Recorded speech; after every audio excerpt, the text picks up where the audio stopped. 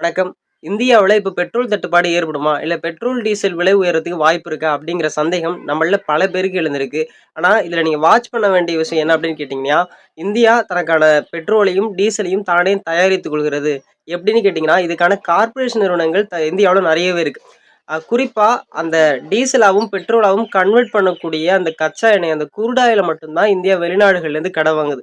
அதாவது ரொம்ப முக்கியமான பொருள், மூலப்பொருள் அந்த கச்சா எண்ணெய். அதாவது பெட்ரோலாவோ, டீசலாவோ கன்வெர்ட் பண்ணணும் அப்படின்னு சொன்னா, அந்த கச்சா எண்ணெய் ரொம்ப முக்கியம். அத தான் 85லேருந்து 88% வரைக்கும் ரஷ்யா, ஈராக், சவுதி அரேபியா போன்ற நாடுகள்லேருந்து இந்தியா இறக்குமதி பண்ணுது. அப்படி இறக்குமதி பண்ணும்போது உலக நாடுகள்ல இந்த போர் நடக்கிறதுனால, உலக நாடுகள்ல அந்த எண்ணெய் விலை உயரும் பொழுது, இந்தியாவிலும் பெட்ரோல் விலை ரூ. 8லேருந்து ரூ. 9 வரைக்கும் உயர வாய்ப்பு இருக்கு. ஆனா, தற்போதைய சூழல்படி இந்தியா அறிவித்திருக்கிறது, போதுமான அளவிற்கு ஒரு சில மாதங்களுக்கு தேவையான பெட்ரோலும், டீசலும் நம்மள்ட்ட இருக்கு.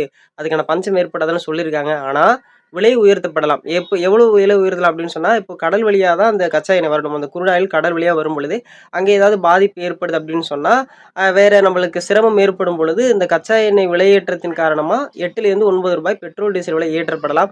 ஆனால் இந்தியா தற்போதைக்கு போதுமான அளவிற்கு நம்மளுடைய பெட்ரோலையும், டீசலும் வச்சிருக்காங்க. அதனால யாரும் பதட்டம் பட வேண்டாம். யாருமே டேங்க் ஃபில் பண்ணி வைக்கிறது, கோடை காலமா வேற இருக்கு. பயந்துட்டு டேங்க் ஃபில் பண்ணி வைக்கிறது அதெல்லாம் வேண்டாம். பாதி டேங்க் ஃபில் பண்ணி வைங்க போதும்.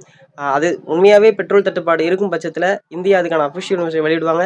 யாரும் வதந்திகளை நம்ப வேண்டாம்.